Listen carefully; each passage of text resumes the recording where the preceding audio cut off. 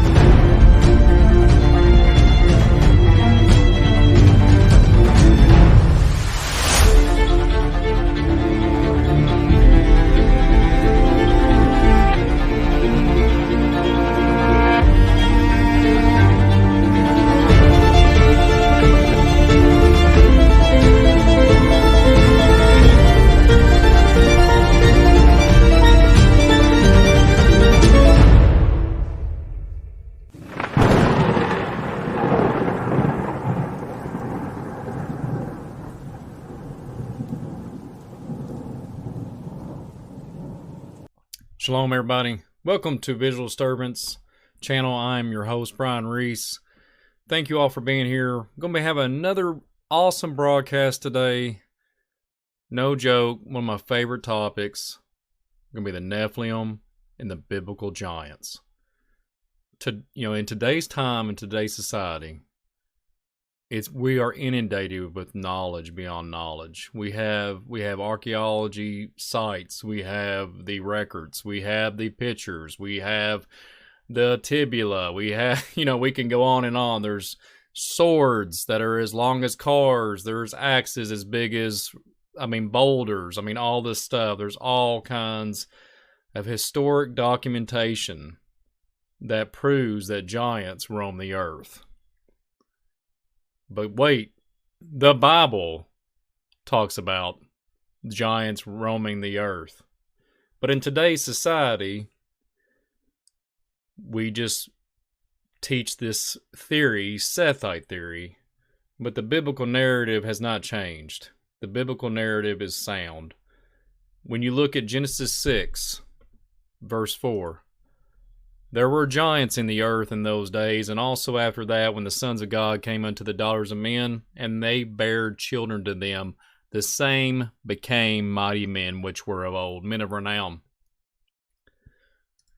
In today's society, we have completely eradicated the truth when it comes into did giants roam the earth, okay? But academia even has it. Archaeology, all these archaeologists have the data.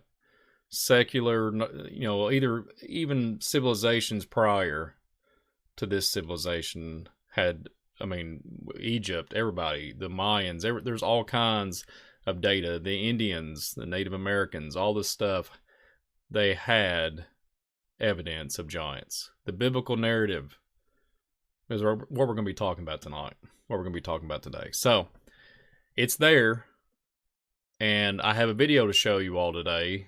I never do this, but I thought it was worthy to put up on the Visual Disturbance channel.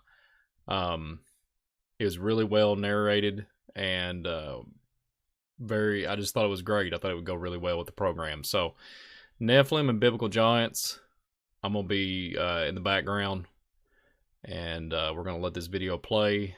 I hope y'all enjoy it. To me, this is one of those programs that has a little bit of data, but a little bit of data goes a long way in today's society. And I think it's very important to understand the biblical word, the whole thing from Genesis to Revelation. And people are falling by the wayside because they're looking at the UFO phenomenon or their alien narrative, right? They're looking for other answers. But Jesus is the answer. The biblical word is the answer. And today we're going to get into it, and we're going to look at Nephilim and the giants of old. Well, is there giants that still roam the earth? That's up for debate, but I could tell you this. I think the Kandahar giant narrative, that one is the one to go back. I did one almost a year ago on the Kandahar Giant. Go check that out when you get opportunity. But real quick, before we get going on this video, a few things. Go check out my Milkman Nephilim Chaser mug, and go check the link in the description in Streamlabs. Also, go check out the Milkman Nephilim Chaser t-shirt. Go check it out if you get an opportunity. I really would appreciate it. And yeah, go check all the links in the description, the coffee website, all that, and all the social media you can find me on. Share this thing out. Hit that like button. Hit that subscribe button, and you'll be glad you did. And I'd be really appreciate it. And from the bottom of my heart, everybody, I really do appreciate everybody's love and support so much. So, and then one more thing too before I get going. Shake and Wake Radio. Go check out Miss Ann's stuff. God bless you, Ann, and God bless you, Joshua. Keep it real, man. Keep making all your holsters and everything, and God bless you. But yeah, so here we go today. We're going to be talking about the Nephilim and the giants of old. One would question, is there, well, no, we shouldn't question it. Giants will come up out of the earth one of these days. I think they're laying dormant somewhere. No telling where they're at. We could talk about portals. We could talk about interdimensional. We could talk about Bigfoots on visual disturbance, which we are in the future. But we're just going to get into the video today. And I hope you all enjoy it. I'm going to sit here, sit back. Hope you got your popcorn. And we're going to just watch this thing together. Very well video. And it explains a lot. It actually explains it better than I can. So, here we go.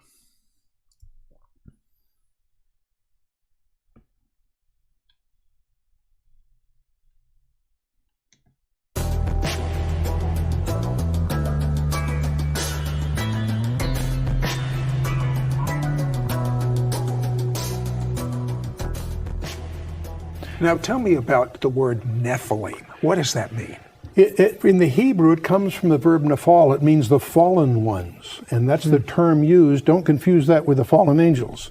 The fallen angels, according to Genesis 6, cohabited with human women to produce a hybrid offspring that are called in the Hebrew the Nephilim. In the Septuagint version of the Old Testament, the translation of the Old Testament into Greek, they use the word gigantes, which is transliterated giants, right. And they did happen to be giants, but that's not what the word means. The word actually means, in the Greek, the earthborn. And so, from the Greek point of view, they're earthborn. From the Hebrew point of view, they're the fallen ones. But either way, they're pointing to a hybrid, and it apparently was part of Satan's plan to contaminate the Messianic line. But so the purpose of the flood was to get rid of these. Exactly. That's that's exactly the point. You study verse 9 of Genesis 6. It speaks of Noah that his genealogy was untainted, unblemished, and apparently was a distinctive in that sense. He may not have been the only one unblemished, but the fact that he was unblemished qualified him for what God was going to do, among other things. But the point is, the whole issue that God chose to do was to save 8 people in the ark and erase the blackboard, so to speak. Okay, but if the blackboard was erased, then we don't have to fool with them today, if they were all destroyed. Except Genesis 6 verse 4 says there were Nephilim in the land in those days, comma, and also after that. And we discover... I just want to pause for a second. Chuck Missler here. Don't agree with everything, but I know that he really did. He was a very good man. I think he was trying his darndest to expose this stuff, and I think he did a really well job explaining the Nephilim and the giants. So just pausing here for a little bit to say that he was really going where no man would go, and I pray that people will understand this stuff when it comes, well, it's not stuff, when it comes into this realization of what we need to be digging into and reading the Word on all avenues when it comes to the parables of Christ, the whole ball of wax. It needs to be read and written on our heart and understood. But I'm just rambling on. Continue on. Many good Bible scholars miss this, that you really won't understand subsequent events in the Old Testament by not realizing it happened again. When God in Genesis 15 and Genesis 17 confirms the land covenant to Abraham, he tells Abraham that he and his descendants are going to be away for 400 years, but after 400 years, they're going to return. That gave Satan, who's obviously listening, the realization that he had 4 centuries to lay down a minefield. And that's why when Moses enters the land and he sends his at Kadesh Barnea, he sends in the 12 reconnoiters, if I can call them that. They come back and say, and Numbers 13, verse 33 says they were Nephilim in the land. So it happened again.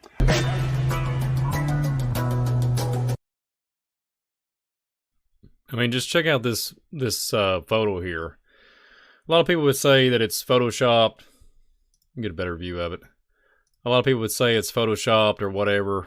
A lot of people just discredit everything when it comes into anything, really.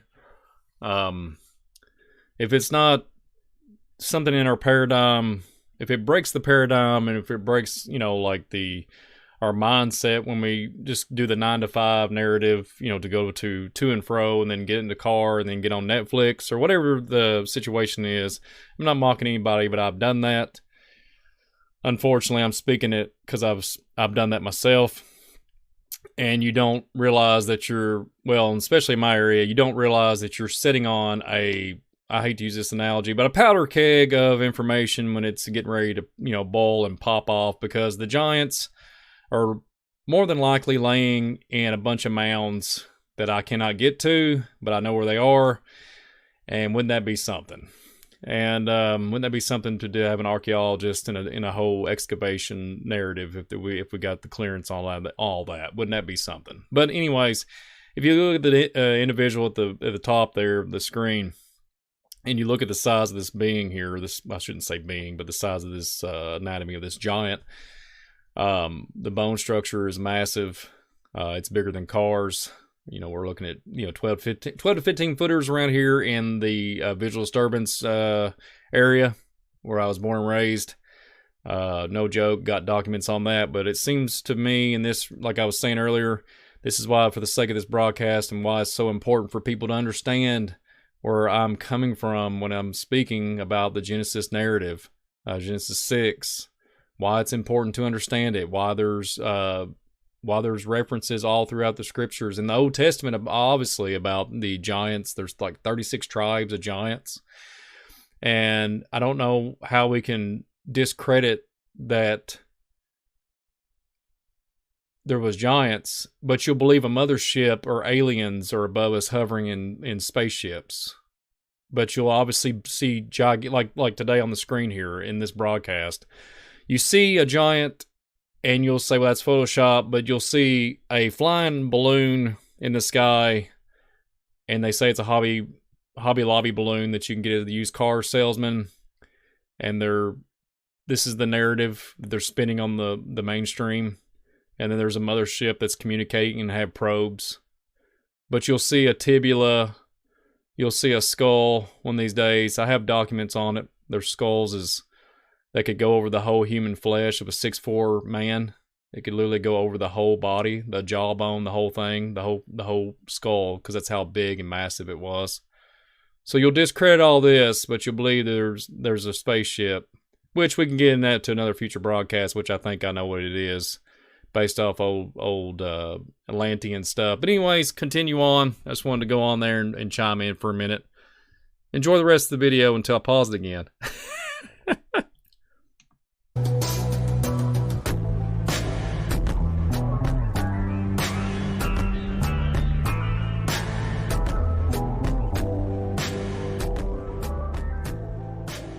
Before the flood that devastated mankind, according to biblical sources, a group of angels, the sons of God, came down to earth.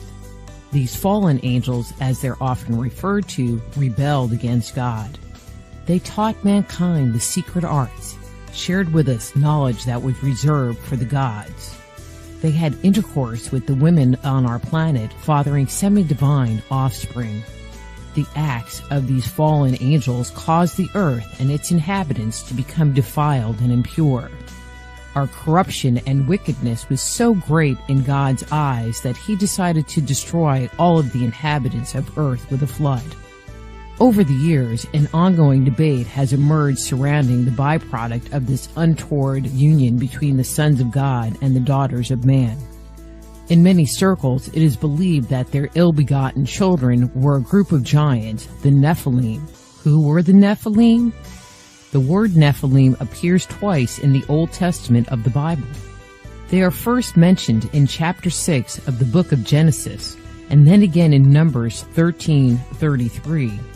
But their brief citation in the Bible has caused biblical scholars to argue over exactly who the Nephilim were. Much of this dispute stems from a short passage in the Bible that states, "Now it came about that when men started to grow in numbers on the surface of the ground, and daughters were born to them, then the sons of the true God began to notice the daughters of men, and that they were good-looking. And they went taking wives for themselves, namely, all they chose. After that, Jehovah said, My spirit shall not act toward man indefinitely, in that he is also flesh. Accordingly, his days shall amount to be 120 years. The Nephilim proved to be in the earth in those days, and also after that. When the sons of the true God continued to have relations with the daughters of men, and they bore sons to them. They were the mighty ones, who were of old, the men of fame." Genesis 6, 1-4. The traditional definition of the word Nephilim is giant. Some dictionaries describe the Nephilim as being giants who also possess superhuman strength. The document in which we find statements that directly support this claim actually come from the apocryphal Book of Jubilees. It states, "And it came to pass, when the children of men began to multiply on the face of the earth, and daughters were born unto them, that the angels of God saw them on a certain year of this Jubilee, that they were beautiful to look upon. And they took themselves wives of all whom they chose. And they bare unto them sons, and they were giants." So I just want to chime in here for a minute. This, in the Book of Jubilees, I own a copy of it, actually. The Book of Jubilees is, I think it's very informative book, and I think it's good to reference it. I wouldn't put everything into it and say that it's all written really well, but I think there's a lot there to reference and to understand and to cross-reference, especially for today's broadcast. I think there's stuff on here that is very interesting, and it cross-references just exactly what I was talking about earlier with the Genesis 6 narrative with Genesis 6 verse 4 in the biblical narrative. And I think this verse is just amazing. And especially in the Enoch, Book of Enoch, it talks about the same thing in similar fashion. So just wanted to chime in for a second. The Book of Jubilee, chapter 5, verse 1. Are the claims made by the writers within the Judeo-Christian tradition true? Were the Nephilim giants? Were these giants the byproduct of the relations between the sons of God and the daughters of men?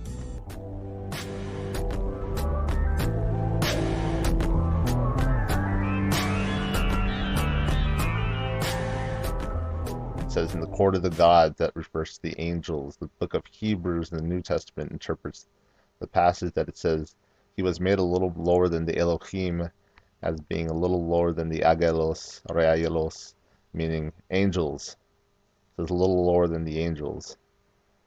But anyway, the people who believe that the Nephilim are the sons of angels and the sons of men interpret this phrase, this Ha Elohim, to be a reference to the sons of God, referring to the angels. That's how they interpret it.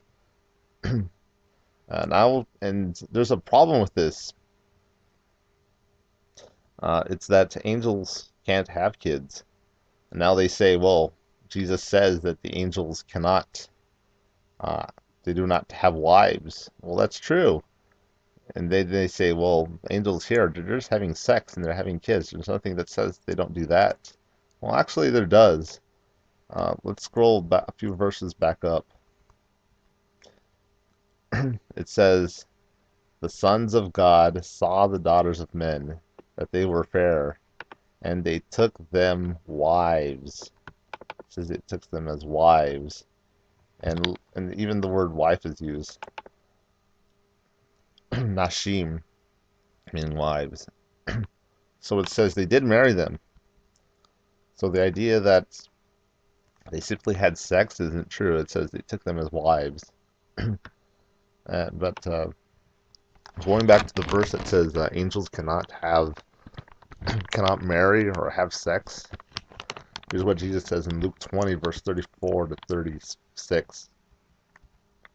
Jesus said unto him, the sons of this age marry and are given in marriage, but those who are considered worthy to attain that age and the resurrection from the dead neither marry nor are given in marriage, for they cannot even die anymore, for they are like the angels, and are the sons of God, being sons of the resurrection. When men multiplied on the earth, the angels of heaven came together with the daughters of men. In some copies I have found the sons of God. What is meant by the Spirit, in my opinion, is the descendants of Seth. Just want to throw this out here too. I think it has to do with, I don't know if it's just lack of understanding on some shape or form, and I'm not ever trying to discredit anybody. But if you look at what has happened in the past with the sons of God, took the daughters of men and they bore giants. They conceived, they had giants, they bore giants, they had babies that was giants. Okay. When you look at that narrative and you think about it today, you look at all this stuff with the Hopi Indians, the Indian cultures and all the different things, the Aztecs and everything. Okay, so there's so much to gather. There's carvings that talk about these men, these giant men taking the women and children. This has been going on for millenniums. Okay, so the thing is, people don't believe it. But today, they'll say that it's aliens taken and it's abductees, abductions. But I think it's one and the same. It's just the perception's off. They believe they're going to twist it and spin it. Angels and demons and, giants back in the day. Now it's just aliens. Everything's aliens. And that's just my input. But, yeah. So. Called the sons of God, an account of the righteous men and the patriarchs who have sprung from them, even down to the Savior himself. But the descendants of Cain are named the seed of men, as having nothing divine in them, on account of the wickedness of their race and the inequality of their nature, being a mixed people and having stirred the indignation of God. But if it is thought that these refer to angels, we must take them to be those who deal with magic and jugglery, who taught the women the motion of the stars and the knowledge of things celestial, by whose power they conceived the giants as their children, by whom wickedness came to its heights on the earth, until God decreed that the whole race of the living should perish in their impiety by the deluge.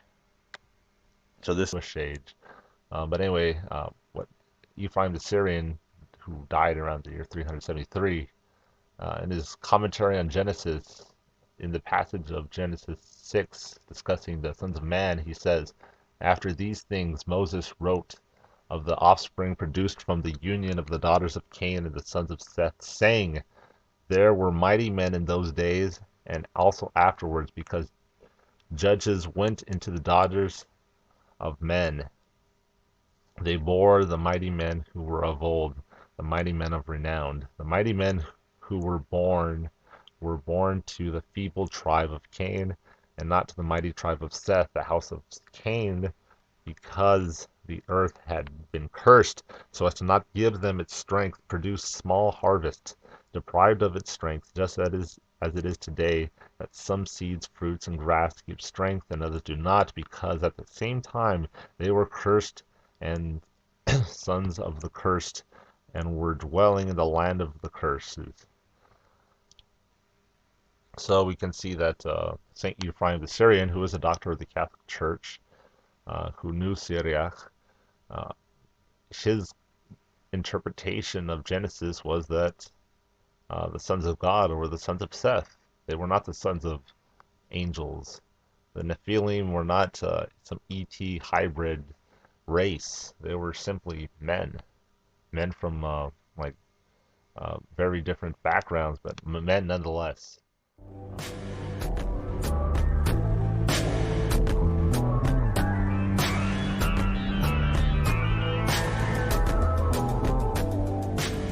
If we look to mythology, perhaps we can find an answer. The notion of giants wandering the earth in ancient times is found globally. Stories of their existence come from North America, South America, Asia, Africa, and Europe. Greek mythology tells of the origin of the giants. Long before man was created, the Titan god Kronos, in order to gain control of the Greek pantheon, conspired with his brothers, the other Titans, and rebelled against their father Uranus. The uprising concluded when Kronos castrated his father Uranus with a sickle and took dominion over the land. The story goes on to inform us that the giants were formed when the blood of the castrated Uranus fell upon the earth. These creatures were known as the Earthborn. The Earthborn were, when compared to us, giants. The giants under the rule of Kronos lived during the Golden Age, in a time that was free of sorrow or care. Everyone in this period lived happy and joyous lives. Life on Earth changed when Kronos' son Zeus fought and won control of both the heaven and the earth. Zeus, in his new role as chief god, according to Greek myth, put the giants to work. It was just a matter of time before the giants started ignoring Zeus's mandates. They were no longer prostrating themselves to Zeus and the will of the other gods. Their lack of complete servitude and their failure to comply with the gods' demands incited the children of God into a full-blown rebellion against their heavenly fathers. Heavy losses were taken on both sides, but their revolution was finally suppressed by the gods. A truce was declared. It was decided as part of their reparations to the giants to create a new race of beings to handle the burdens that had been forced upon the giants. From this decision, man in his current form was created. Pedro Collum, in his book entitled Orpheus, Myth of the World, relates this tale about the creation of man. Aztec legend recounts how the Earth Mother, Citlalique, gave birth to a flint knife. When the knife was flung down onto the earth, it was transformed into 1,600 earth gods. Could there be a connection between the flint knife flung down by Citlalique and the sickle used by Kronos to castrate his father? These newly formed earth gods lived as men and women and labored in search of food. After some time, the earth gods began to think that this work was below their station. After all, they were the children of the Sky Father and Earth Mother. They asked their mother Citlalique to make a race that would serve them and bear the burdens they faced. With the help of Citlalique, mankind was fashioned. These mythological traditions make it evident that the giants, the Nephilim, existed long before man first inhabited the earth. Thus, when reading the passage from the book of Genesis that states, the Nephilim were on the earth in those days and also afterwards, it seems clear that the authors were not being vague. Instead, they were making a statement of fact. The Nephilim, the earthborn, were on the earth at that time. Period. This brings us back to the question of the lineage of the sons of God and the daughters of man. The Hebrew Bible refers to them as Gibborim. The implied meaning of the word Gibborim is men of great stature, heroes, men who are valiant or brave. The Greek Septuagint Also, the Gilborim. I just want to throw out there they become the Gilborim, the gigantic stature, the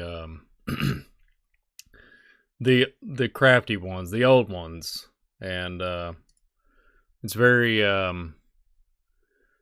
apparent that there's all kinds of different, like this video is explaining. There's so many, even civilization, mythical views, Greek mythology. You can go Clash of the Titans. You can go look at the narrative of the Greek narrative, Greek mythology, Poseidon, all these different things. The Anunnaki narrative. I've traced back the Anunnaki, the Atlantean. All have there's a mention of 6 fingers, 6 toes, giant stature men in those times. So we're looking at it's a huge puzzle piece, or a huge puzzle, but the puzzle pieces are coming together thanks to the Father Almighty. But yeah, continue on. identifies them as Remonadi, or men of renown. In Greek mythology, the gods have a long-standing history of having relations with humans. The names of some of these demigods, or semi-human individuals, who have withstood the tests of time were Hercules, Perseus, and Achilles. But demigods can be found in other cultures as well. In India, some of these semi-divine individuals were called Hanuman, Garunda. In Sumer, they were Gilgamesh and Adapa. Interestingly, a parallel myth to the biblical narrative found in Genesis does exist. It comes to us from the pages of the Hindu epic, the Ramayana. The Ramayana is the epic tale of Rama, the 7th avatar of the Supreme. Oh, for the record, too, some of the stuff that has been explained in this video, I'm just using it for research purposes only. I do not agree with a lot of it. I just look at it for the aspect of the giant narrative alone. So, KJV, biblical narrative, that's where I hold dear to. So, a lot of stuff I wouldn't, a lot of these, I'm not putting down any of the cultures or anything, but I have to hold to what I know is true. So, continue on. Just letting you know, everybody that's watching this broadcast or this video. Supreme God Vishnu. Rama lived during the Treta Yuga. It was an age where the world was filled with giants, monsters, serpents, and demons. When Rama was born, the Supreme God Vishnu requested that all of the other gods descend to the earth and mate with the apes and bears. Vishnu, knowing what was in store for Rama, wanted to create an army to help Rama conquer and kill the giant demon king of Lanka, Ravana. The offspring of the unions between the various gods and the apes created a group of individuals who inherited a vast array of impressive skills. The son of the chief solar deity was destined to be the ruler of this new race of ape men, the Vanara. The demigod Hanuman was the son of the wind god and is described as being fleet of foot and as being able to travel as quick as the wind. The god of architecture fathered Nala and Nila. It was through their divine knowledge that they, with the help of the rest of the Vanara, built a bridge from mainland India to Lanka, a feat of engineering that many people believe still exists today. In this narrative, it was not only a few children who were born through this union, but thousands, each with his or her own unique godlike skills and abilities. These thousands did the gods create, endowed with might that none could mate, in monkey forms that changed at will, so strong their wish the fiend to kill. The Ramayana. Returning to our original question, were the Nephilim the offspring of the sons of God and the daughters of man? Based upon the source information we have just explored, the answer is a resounding no. It seems clear that the Nephilim lived on Earth long before man was created. Instead, the gods, when they mated with the inhabitants of the Earth, produced a group of individuals who had remarkable powers and abilities, skills that far exceeded their peers. Their legacy and renown have survived the tests of time, in that we still remember and speak their names today. And that is exactly what the Bible states. And they bore sons to them. They were the mighty ones who were of old, the men of fame. Genesis 6, verse 4.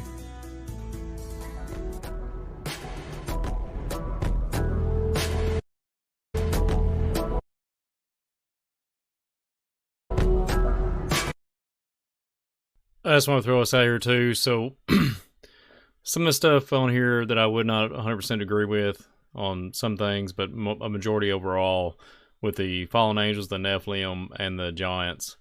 With all the evidence, I'm just using this video for reference only, but it has been a very, very good video. That's why I put it up here, but I just want to make sure that everybody knows that. I've said that this is the second time I've quoted this, but FOJC Sunday Night Live and FOJC Radio with David Carrico, he does a really good job explaining. I've heard him talk about, when you look at the Genesis 1, Genesis 1, 1, 2, verse 1 and 2, without form and void, we're talking about like a pre-Adamite, well, not pre-Adamite, I guess that's a good term. A lot of people get a little sketch, like their hair stands up in the back of their head when they hear that term, but I think when you hear the word pre-Adamite, they're referring, there's like a mixed bag. They're talking about Nephilim and giants and etc. And but yeah, I know David has done a teaching on that. I don't have that in the link or anything. I'll have to get up with him in future reference. I know he's done some teachings on that, about the creation of the earth and all that. But anyways, that's for another video down the road. But I just wanted to chime in there. I hope everybody's enjoying this, because I am.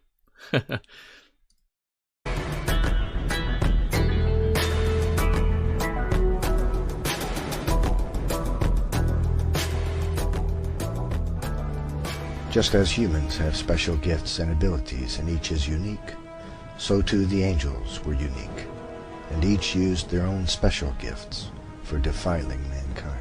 So each taught mankind the arts which they themselves loved most. They took wives of human women whom they called beautiful, and fathered the race of giants we know as the Nephilim. Azazel was a lover of metals, and taught men to make swords and knives and shields and breastplates, and made them known to the metals of the earth, and the art of working them, and bracelets and ornaments, and the use of antimony, and the beautying of the eyelids, and all manner of costly stones, and the coloring of tinctures. Semyaza taught the art of enchantments and root cuttings, and all manner of sexual seduction.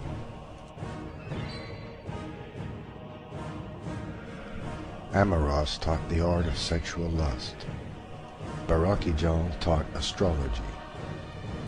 Kokabel taught the constellations.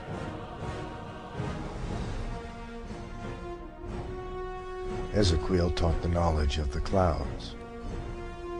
Archeological taught the signs of the earth. Shamsiel taught the signs of the sun. And Serial taught the course of the moon.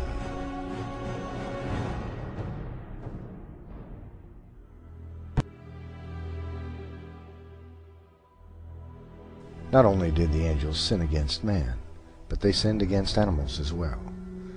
It is believed this means that they genetically engineered new kinds of creatures by mixing the genes of different kinds to create the mythological creatures of old. The corruption the angels had wrought upon the earth was so great that God decided to destroy both man and beast. So God commanded Noah, a man who was righteous and whose genes had not been affected by the work of the angels, to build an ark with which he would save the animals and mankind. But this was only half the story. The angels came and did their dirty deeds again, and created a second race of giants that filled the earth. This image depicts a Babylonian king, so large that he holds a lion in his arms like a man might hold a house cat. He also has 6 fingers and toes, which was common to some of the tribes of giants born after the flood, and is the result of a duplicate gene, an error, if you will, in the genetic tinkering of the Nephilim. There are a great many artifacts left behind by the Nephilim, including footprints. Here's another thing to throw in here too. So, the size of this foot here, you know, one would say when you get into the Bigfoot narrative and the paranormal stuff, there is a lot of Bigfoot sightings and there's footprints that are up to this nature, of this size, of this. So, you know, I've seen all kinds of, you know, either fakery, realistic, legit, all the above. You know, I've seen 6 toes on some of these, you know, long feet with the good width. I mean, the width of them alone is phenomenal. And one would wonder what's really going on with all that. But just kind of chiming in there. Welcome to Visual Disturbance. If you haven't hit that like button, hit that subscribe button, please do, and I really would appreciate it. Which have been found in several places around the world. Skeletons of humans exceeding 16 feet in height have been found in Native American burial mounds and other places around the world. King Og of the Bible had a bed which was iron and 16 feet in length. This is a bed for a man that is 12 to 14 feet tall. The Nephilim vary greatly in size. Many Native American legends tell of men which were 25 to 35 feet tall and capable of throwing a bison over their shoulder and walking off with it.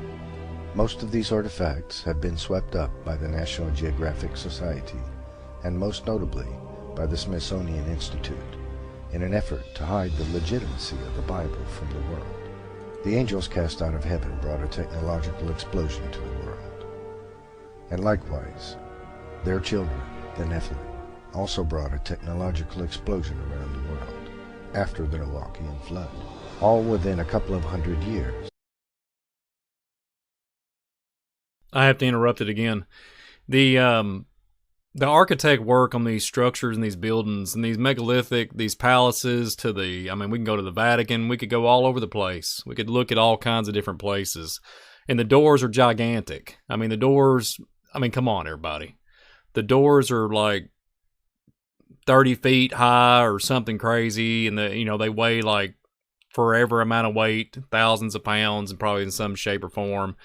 And let's just face it, there's something going on here. When you get into the Tartarian narrative, I mean, we could go on a big rant, but not today.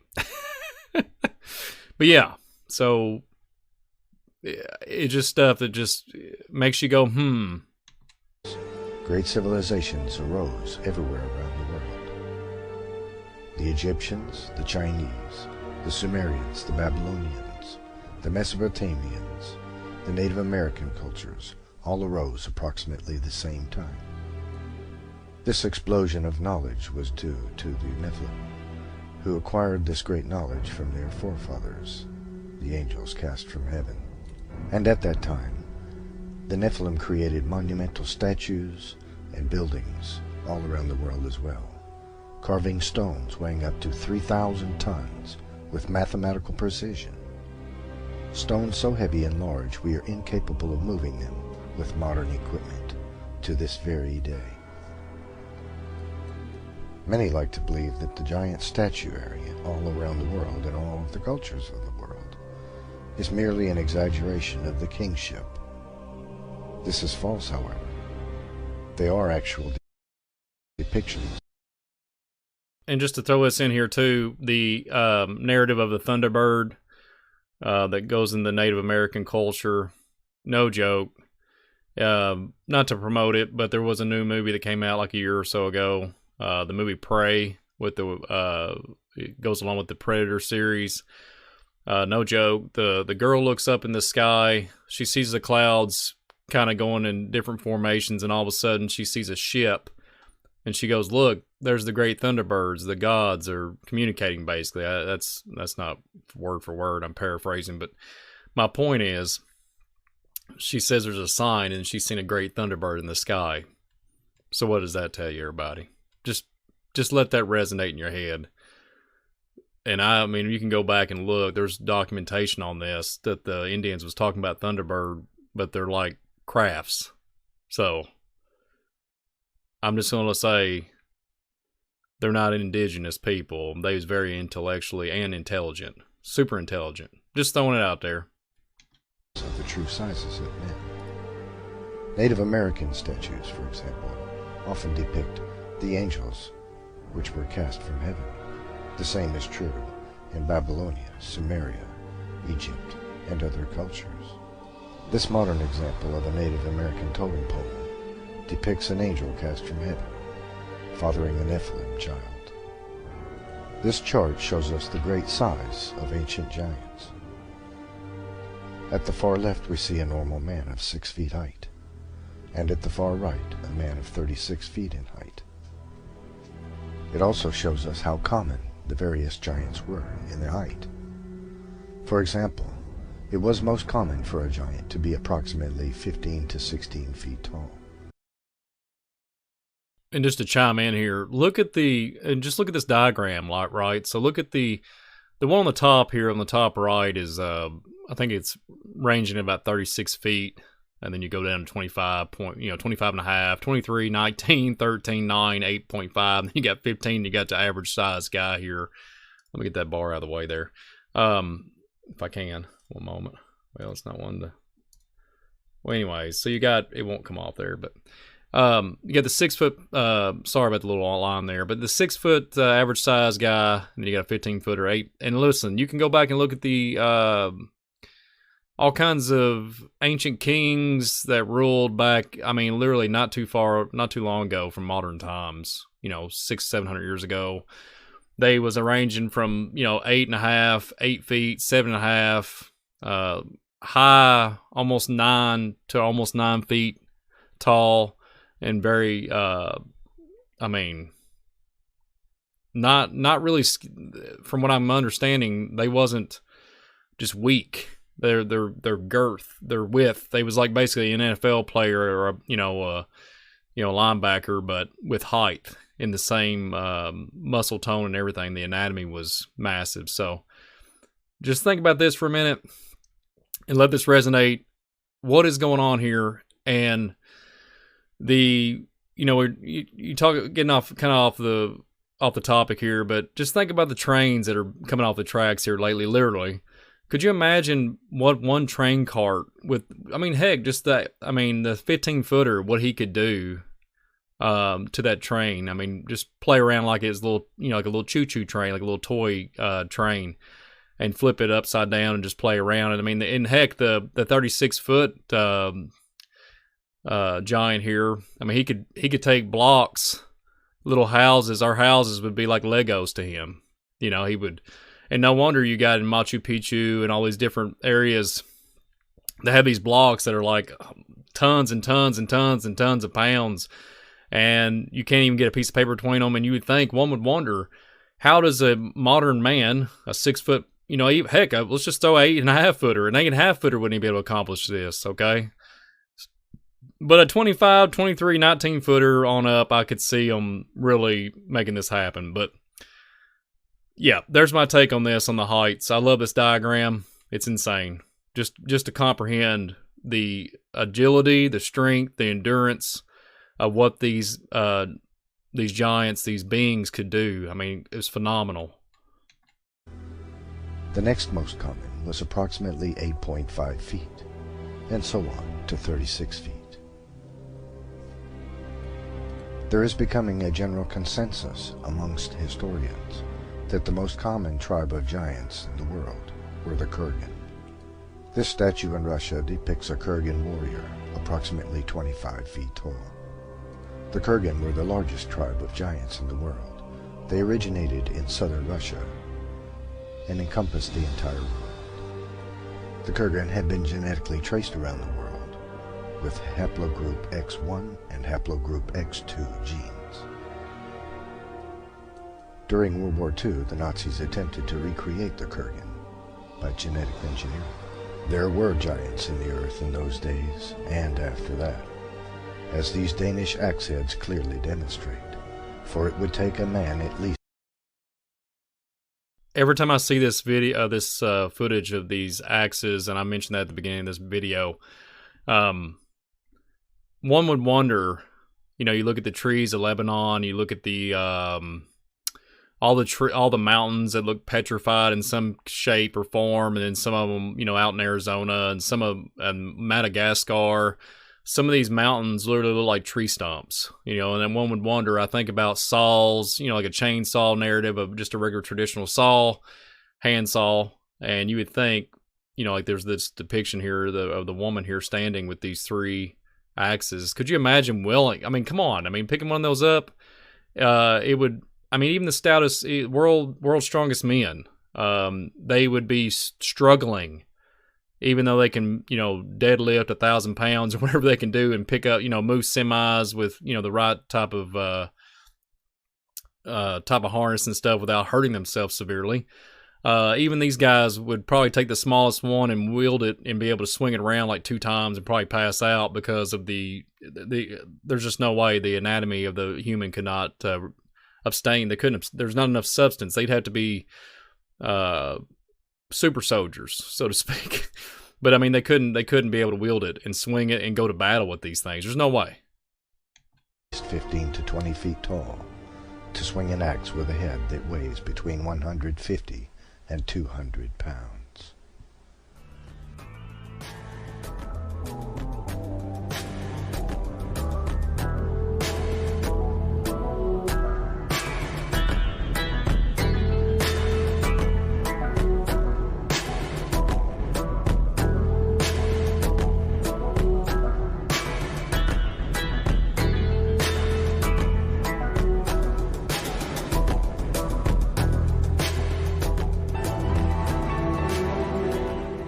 The Nephilim were a race of giants which once encompassed the entire earth.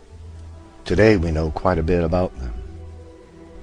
Archaeology has revealed the artifacts they have left behind.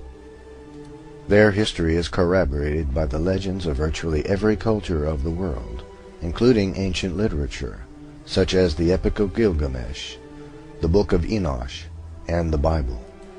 The Inuit Eskimo tribe knew them as the Tuniat. That very same tribe of giants was known to the Norse as the Skraeling. Many people of Western Asia and throughout Europe knew them as the Scythians, who had at one point bested Rome in battle and were said to have been so tall that their feet came close to the ground when sitting on a horse. The ancient Hebrews knew them as Amorites and Canaanites. Sumer is the oldest culture of the world, and the Sumerians give us a tremendous insight into the origin of the giants. The Sumerians recorded that the Anunnaki, a race of celestial beings, the children of Anak and Anu, came to the earth and fathered a race of men, who then became the kings of mortal men. But the Book of Enosh gives us even greater insight to the origin of these giants. Enosh recorded that during the life of Jared, sometime between 3550 and 2550 BC, the sons of God came to the earth from heaven. Since we know Satan is the father of all lies, it is likely that Satan himself... I just want to chime in here. This footage, I think, if I'm not mistaken, I believe it might have been from 2004, but don't hold me to that. It looks very familiar to me. There was I think it was in Mexico, and there was like a fleet of so-called UFOs, and this is actually an older video that I'm showing here today, but these orbs and stuff. There was, I think the story was in 2004 they miraculously at some Mach 20, super high speeds would go to and fro and was able to miraculously pop back up into Mexico, like in the at the Gulf or somewhere around that area. I thought it was very interesting, highly compelling. Just want to throw it out there. And then another thing, two other things I want to throw out there too: the Samaritan text and this Gilgamesh. I've touched a little bit on them. I read a little bit on them. I've never really talked about them on this Visual Disturbance channel. Probably will in the future. I think there's very interesting stuff, but I tread lightly on this stuff. If you're not grounded in the Word of God, and if you don't understand the Word of God, if you're new to the Word of God, don't go and jump into the Book of Gilgamesh or even the Book of Enoch, because you need to let the Holy Spirit guide you in that and have understanding before you get into these not canon books, so to speak, and especially the Samaritan text and stuff. That stuff, don't do that. Don't do it. Wait till you're a little mature in the Word of God, because it's you have to pray for this stuff, pray over this stuff. Pray that because it can trip you up. But anyways, real quick, these orbs and stuff, I think this is 2004 footage, if I'm not mistaken. I think it might have been in June. But that's off the cuff there. I'm not 100% sure on that. Don't hold me to that, but I think that it is, because there was a fleet. It was like hundreds and hundreds of fleet traveling back and forth. I cannot remember where they was going. I think they might have went to Antarctica, back to Mexico. But yeah, so continue on. Influenced them to do the deeds they did. He had puffed them up and built their pride, and for this crime of pride against the Lord, they were cast out of the heavenly realm. Angered for being cast out of their heavenly home, and jealous of the beautiful new creation of God, they consorted to do ungodly things, and swore an oath to each other that each would be equally culpable for the sinful things they were about to do. Their point of entry into the world was Mount Hermon, Israel, upon which they landed.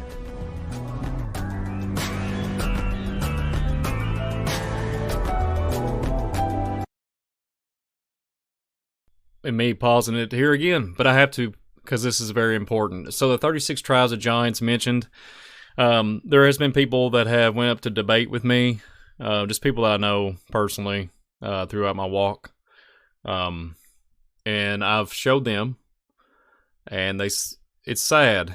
Like, they say that it doesn't even exist. The people they look up to, they're wherever they gather, wherever their body of church they go to, tells them that it doesn't exist. I have seen this. I have heard it from many accounts. It's not just one. I'm not just pointing out one individual time. This has been multiple accounts, even to the point to where there's no such thing as angels and demons, and it's just giant. There's no giants. It's just the devil and Jesus and God. That's it. I've heard that. And it's horrible. And that's what's being taught. That's what's being taught in our realm, in our reality. But you can go to KJV and literally find 36 tribes of giants. And it's not in the documentation. You can go look at King Og in his bed, and heck, and they've even the Goliath narrative with David and Goliath, one of the most famous stories in the biblical text. That is a very good. People use it as a children's story. They'll say he's just a giant. He was just a big man.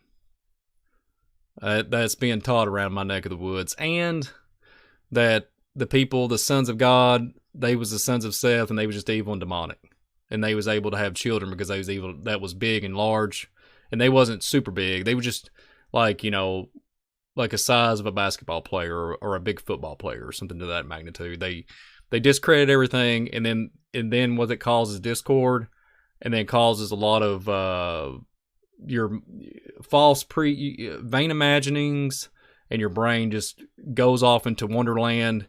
And that's what I'm saying for the sake of this video. And people will fall to an alien narrative pretty darn fast if it's on the TV.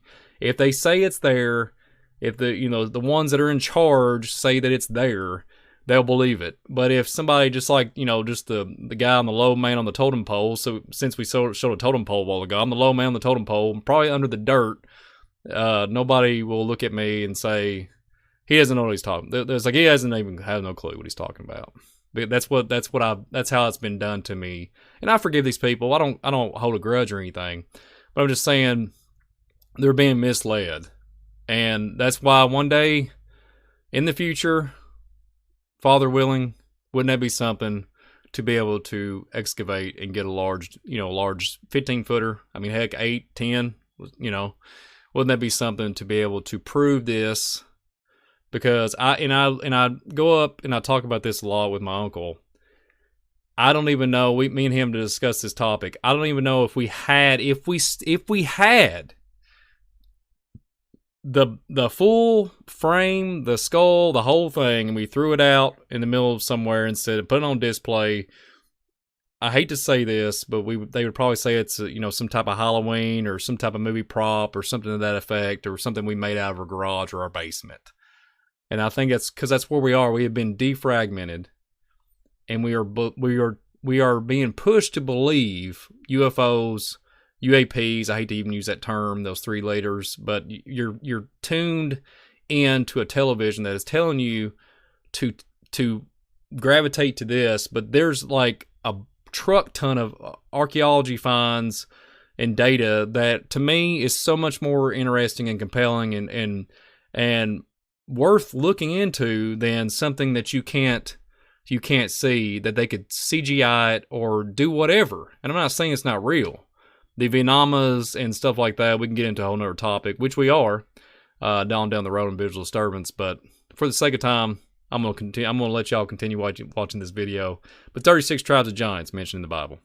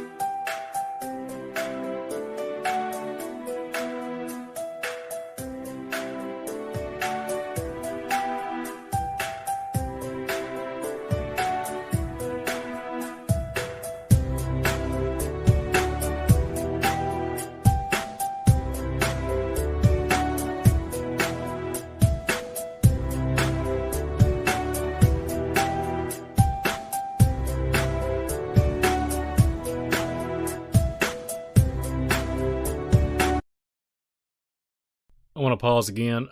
Real quick, just letting everybody know that I'm a KJV guy. Some of this text that is being shown is not KJV, but I couldn't help it. I couldn't change it on that part, but for the video standpoint. But just hang in there, and just if you want to pause the screen and take references to each scripture, and then just go look at it at the KJV if that's what you read. So continue on.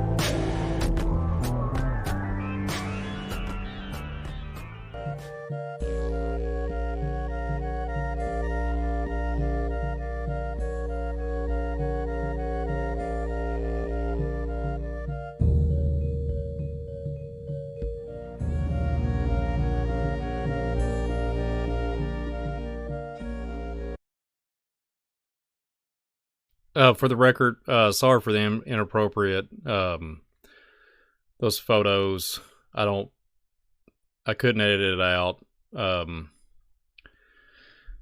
Just ignore that. That's the low part of the show broadcast here. I don't approve of that at all. And forgive me for putting that on here.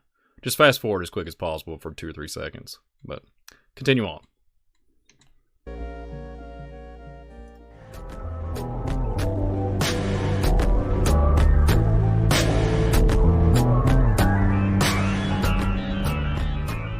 The giants of old.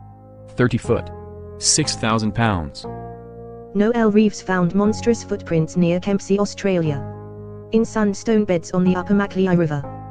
One print shows a toe 4 inches long, and the total toe span of 10 inches, suggesting that the owner of the print may have been 17 feet tall. In South Africa, a giant footprint of a woman measuring over 4 feet long has been carbon dated at approximately 9 million years old, pointing to the probability of this being a female, human-like species foot. Proportionally, the two-legged being would need to be some 30 feet tall. The local African people commonly referred to this as a highly revered and sacred site. Prospectors working in the Bathurst district, New Brunswick, in the 1930s frequently reported coming across numerous large human footprints fossilized in shoals of red jasper. Based on the size of these footprints, the people who made them would have been 20 to 30 feet tall. Even more impressive were fossil deposits found by naturalist Rex Gilroy, around Bathurst, New Brunswick. He excavated from a depth of 6 feet below the surface, and found a fossil of a lower back molar tooth, measuring 67 millimeters in length by 50 millimeters by 42 millimeters across the crown. If his measurements are correct, the owner of this tooth would have been at least 25 feet tall, and weighing well over 5,000 pounds. In the Megalog Valley of the Blue Mountains, Australia, Mr. P. Holmer found an ironstone protruding from a creek bank. The deeply impressed print of a large human-like foot was on that stone. The print was that of the instep, with all 5 toes clearly shown. This footprint measures 7 inches across the toes. Had the footprint been complete, it would have been at least 2 feet, 60 centimeters in length, appropriate to a 12-foot human. However, the largest footprint found on the Blue Mountains was a footprint 3 feet long, that would represent a giant close to, if not over, 20 feet tall. European explorers meet tribes of living red-haired giants in the Americas. The earliest Western explorers who wrote about the giants of North America included Magellan, Sir Francis Drake, Spanish explorer De Soto, and Commodore Byron, the grandfather of the famous poet Lord Byron. Not all encounters with giants were post-mortem. A well-documented sighting by Magellan occurred in 1520, near the harbor of San Julian, Mexico. There, Magellan and his crew came upon a red-haired giant that stood nearly 10 feet tall, and whom Magellan described as having a voice, very loud, and like a bull. Later, Magellan learned from normal-sized natives that the giant belonged to a neighboring tribe. Remarkably, Magellan's logs show that he and his crew captured 2 of these living giants and brought them aboard his ship, intending to bring them back to Europe. Unfortunately, the giants got sick, and they both died during the return voyage. Magellan had their remains buried at sea. 58 years later, giants still roamed San Julian. None other than Sir. I want to chime in here real quick, too. I'm doing a lot of chiming in. Real quick, here's something to take in consideration in the story about the dancing giants that was found, and he was like dancing. He was like in a primitive nature is what they spoke of here, and I think I remember the story, if I remember correctly. He took his hand when he first seen I think it was a Spanish explorer, I don't forget the name, but he touched the top of his forehead, and he was like kept looking up, and I think he was insinuating, you come from above? Where are you? You know, you from above? So I thought that was highly compelling story. I mean, I'm still going to look more into it. I'm actually going to make another video on that in the future. Been doing some deep diving on that, but he literally took his palm of his, the fingertips and looked at the top of, the middle of his forehead and was like pointing up to the average size human, man, and says, like pointing up, and they I don't think they ever figured out what he was trying to refer to, but I think from the stories I'm hearing, he was like, are you from here? You from above? So one would wonder. Francis Drake recorded encountering several red-haired giants who stood over 9 feet tall. In the years that followed, many more explorers and seafarers reported seeing giants roaming the area. If a race of mostly red-haired giants dwelled in the Americas for many centuries, wouldn't the remains and artifacts, not to mention the sites where they all lived, still remain? The fact is they do. Many giant skeletons were found in the mounds of North America during the 19th and 20th centuries.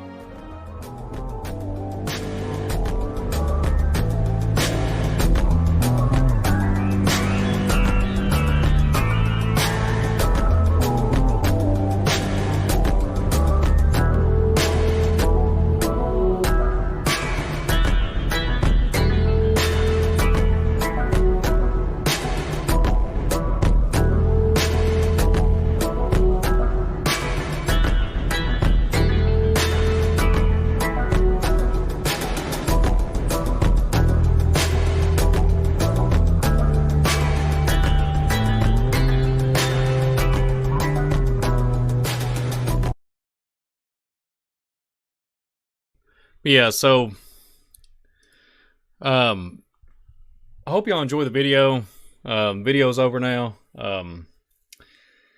There's some things there that one would wonder what is actually going on when you think about the paradigm shift of understanding when they used to preach in the 1800s what I just showed you all today. What I showed you all, everybody, they used to speak of the 36 tribes, the Amorites, the Hittites, the Zimazus, go on and on and on. There's 36 tribes. And they used to speak at the pulpits in a church setting.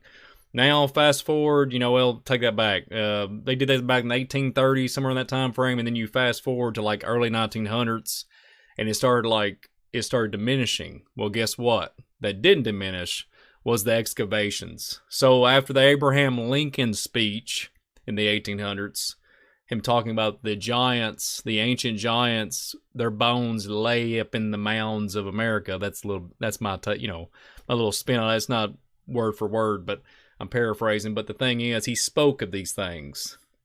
Well, guess what happened? So everybody got a little interested in the archaeology standpoint and the artifacts too. So guess what? Excavations started happening early 1900s, and then the paradigm shift started migrating in and not in pulling away from speaking about the giant narrative.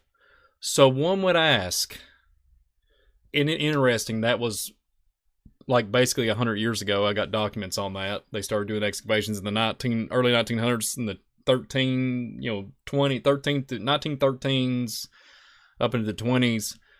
And then that's 100 years ago. And one would wonder, now here we are in 2023, and we're talking about UFO phenomenon, motherships floating in the sky. We got probes coming out of nowhere. And one would wonder where the paradigm shift is going to shift to now.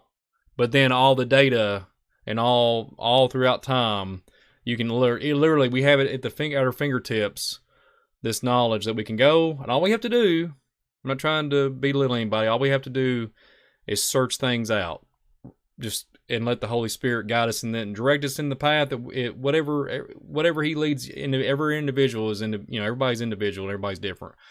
However He leads you to understanding, and to some people understand the Bible, and some people understand more of the Bible, and some better than others in some parts of the other chapters, etc. But then on the back end, there's the other people are we're all working together as one unit, one body. And we all have the ultimate goal is to serve the Lord and serve Christ. But my point is, we're at an age now where we have all this at our fingertips to just click a few clicks and we can do an in-depth study on words, just like I showed you a while ago with the 36 tribes. You can take those and look and go back and pause and reference them and look, and they come from a giant leader, a giant king, of saber form. So one would wonder where we're being shifted into in this time. Like, how are we going to be shifted in whatever's coming down the pike? What's shifted? So my point is there's nothing new under the sun. That's in Ecclesiastes, and I'm actually go to that real quick. How about that? I got that real quick. The thing that had been it is that which shall be, and that which is done is that which shall be done, and there is no new thing under the sun. Ecclesiastes 1:9. There's nothing new under the sun. So back then, they knew they was giants, knew that there was angels, knew there was demons, and they referenced it. They actually understood it. Even the Indians, even other cultures would talk about the spirits and all these different things. Now we're being shifted and saying they're hybridization beings. They're the star people. They're ancient humans and all this stuff. The Galactic Federation. We're being shifted into the Twilight Zone, you all. That's all I'm saying. But anyways, hit that like button. Don't want to get too down and out, because guess what? Rejoice today, because we have today. And the Father in heaven has gave us today. And regardless of what's going on in your life, infirmities or whatever, Jesus is King, and praise God for that. And thank God that we have a place to reside because of what Christ did on Golgotha. And what a blessing to be able to present this presentation and this video. So God bless you all. I hope you enjoyed it. Nephilim and the biblical giants. Just for future reference, keep in mind that I'm going to be popping off some more other, did I say popping off? Popping off some more really cool videos, really cool stuff, do with ley lines and stuff. So keep that in mind, and I hope everybody's blessed. I hope everybody has a good day, and shalom, and I think I'm out. And remember, hit that like button, hit that subscribe button, links in the description. Shalom. Thank you all. Seriously, thank you all. Broken Down Milkman out.